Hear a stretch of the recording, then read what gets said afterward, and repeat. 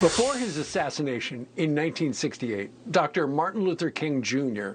stood on front lines of the civil justice movement, fighting for equality for Black Americans.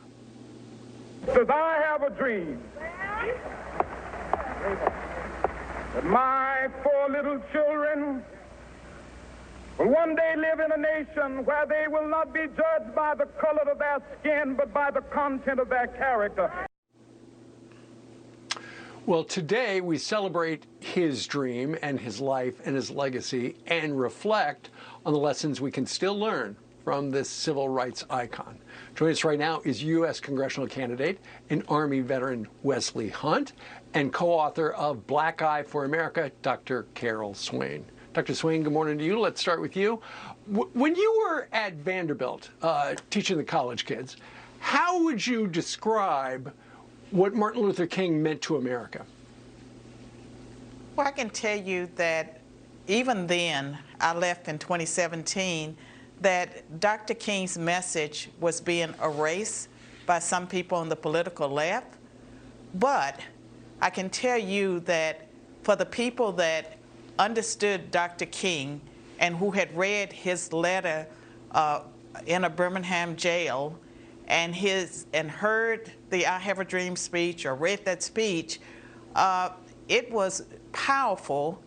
And I think that if you look at this moment we're in today with race relations, if people would go back, read that letter from a Birmingham jail, read the I Have a Dream speech, you can see that Dr. King preached a message that is so applicable today, and he would be appalled by the racism that's coming from the political left and the reversal of all the gains of the civil rights movement. And because of him, we passed 3 major civil rights bills in the 1960s that I would argue ended systemic racism under the law and made it possible for people like me to come from poverty and have equal opportunity in America. And so Dr. King changed so many millions of lives, and he fought for white people as well as black people. He was inclusive. And Wesley, Dr. Swain was talking about her family.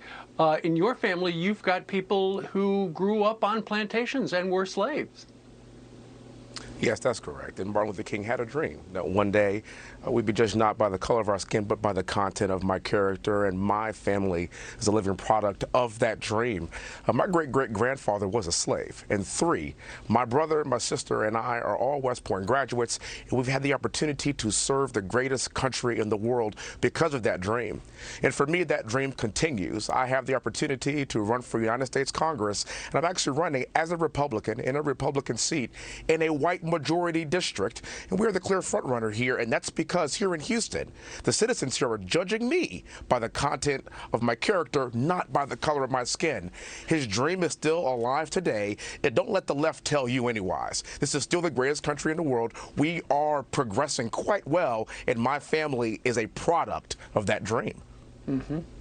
Amen. Dr. Swain, Dr. King was famous for peaceful protests. What would he make of the way people protest today? I mean, it's the opposite of everything that he stood for.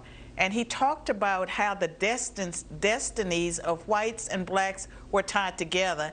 And he also recognized that America was diverse, and it wasn't just about white people and black people.